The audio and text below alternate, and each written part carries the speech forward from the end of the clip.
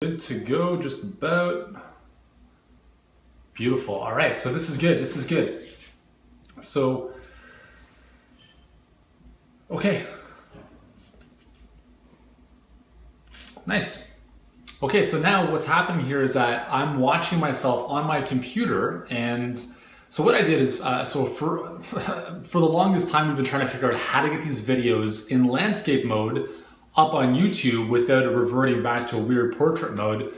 So finally I figured out that what we're gonna do is I need to click on my Twitter feed to watch it on my desktop or my laptop.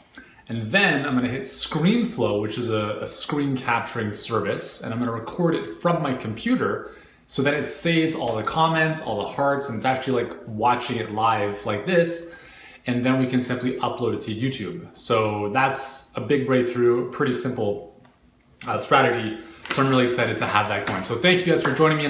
My name is Yuri Elkaim, New York Times bestselling author, fat loss, fitness, and nutrition expert. And I'm here to help you have more energy, lose weight, and live your healthiest and fittest life. You can learn more about what I'm up to at yurielkaim.com. And today I'm going to be talking about 3 reasons why coffee sucks. Yes, absolutely. And if you enjoy coffee, then please sit tight because you're going to want to hear what I have to say. I'm not here to offend anybody, but I'm here to share some really important truth bombs about coffee and specifically about caffeine. Now, the reason I decided to do this today is because I just got back from a coffee shop and I asked for a decaf latte. Then we were there for about 2.5 hours doing work, Amy and I. And I was like, why am I going to the bathroom? I went to the bathroom 4 times in the space of 2.5 hours. I'm like, that is ridiculous. So we're driving back home and then Amy's like, well, I really don't feel really good right now. I feel jittery. I feel like really weird. And then we're like, they probably gave us a caffeinated version of the drink. And I was like, oh my God, I can't stand it. Like how, it's so frustrating because we don't drink caffeine. So when we do, not that it ever happens unless it's a mistake, you really feel it. So let me ask you guys, how many of you right now drink coffee or caffeinated coffee and really enjoy or rely on it on a regular basis? Just let me know in the comments. Just say, yes, I enjoy it. Yes, I do, whatever. There's no right or wrong answer. I'm not judging. It's all good. And as I'm awaiting your comments and replies, what I'm going to share with you here is an interesting coffee.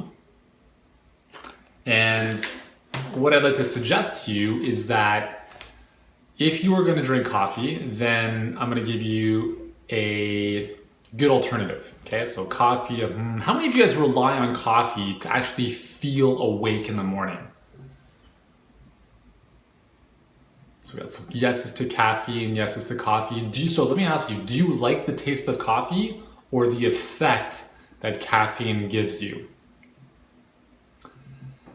So as I'm waiting for these replies, I'm going to just get right into it here. So 3 reasons why coffee sucks. Okay, so first and foremost, as I just mentioned, it makes you pee like a racehorse. Why is that? Well, coffee and caffeine specifically triggers, or it's a form of stress on the adrenal glands. So the adrenal glands start pumping out stress hormones, and it also tells your kidneys to excrete a lot of water. So there's this various pumps and kind of ion exchanges that happen in the kidneys that that when you drink caffeine, it's kind of disruptive. So you actually end up losing a lot more water and feel like you have to urinate a lot. And that's why caffeine makes you want to go to the bathroom quite a bit. So that's number 1, right? So that's, from a hydration perspective, just from an inconvenience perspective, I don't like going to the bathroom 4 times in 2.5 hours. The other thing with that is you lose a lot of water, and guess what else? You lose a lot of water-soluble vitamins. So vitamin C, B vitamins, those are all going down the drain. And that's really important. That's something a lot of people don't think about is, yeah, I'm gonna have my bulletproof coffee or whatever else I'm having. And you're losing a ton of water-soluble vitamins throughout the day if you're relying on caffeine to just feel good. So that's the first reason why coffee sucks. The second, and again, what I'm saying here is specifically caffeine. Okay, so coffee we'll talk about in a second. Number 2 is that, as I briefly alluded to, is that caffeine is a stimulant.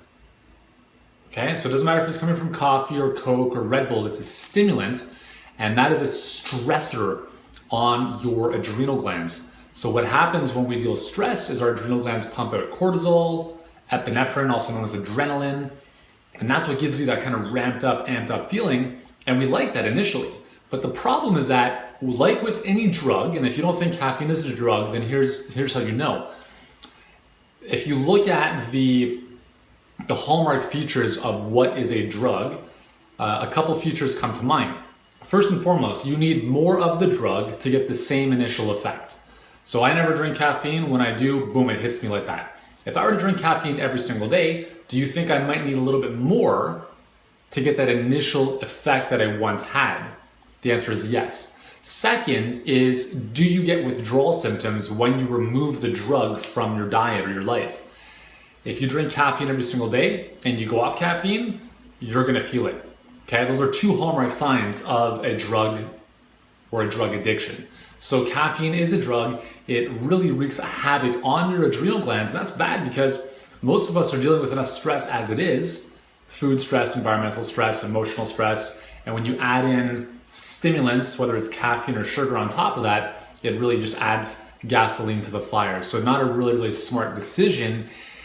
And just in case you don't know what the adrenal glands are, they're two little walnut-shaped glands that sit on top of your kidneys, and they're responsible for not only dealing with stress, but also signaling to your body whether or not to burn fat.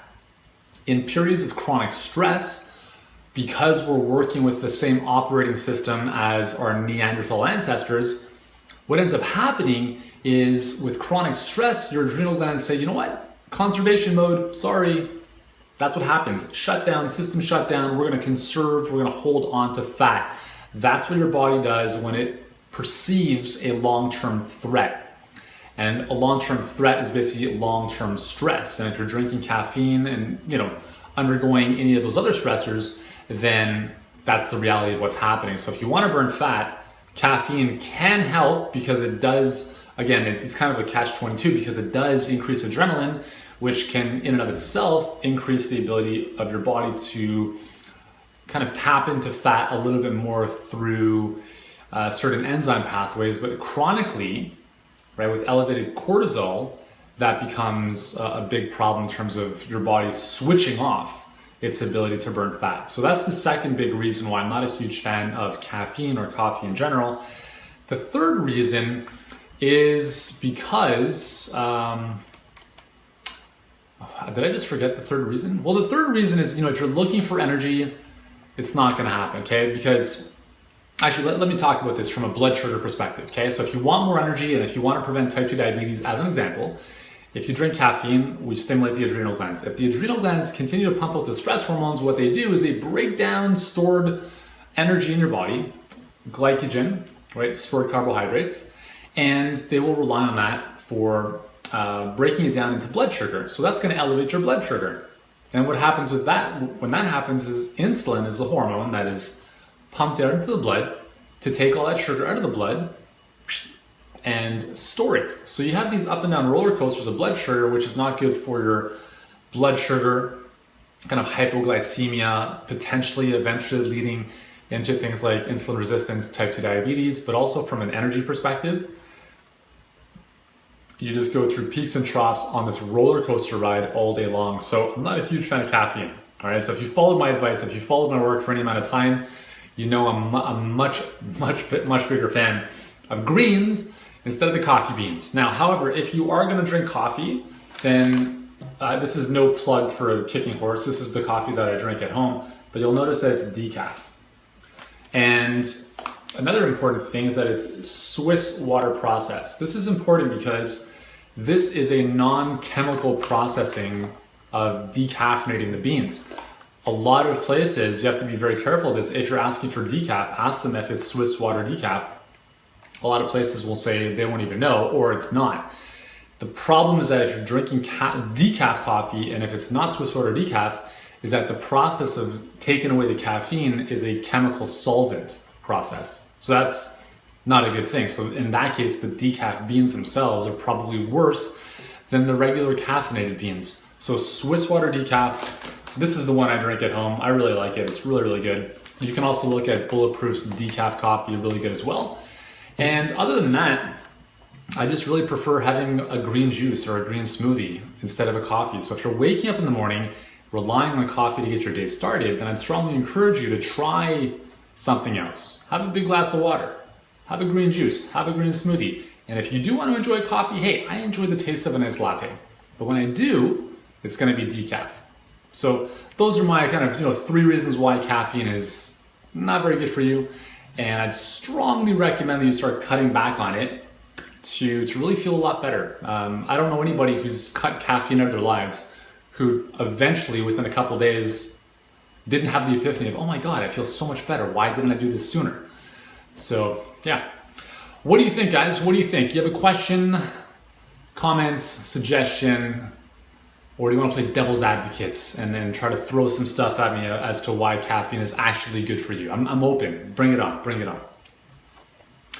And if we have no chitter chatter, then I appreciate all the hearts, guys. Keep them coming. Just tap the screen.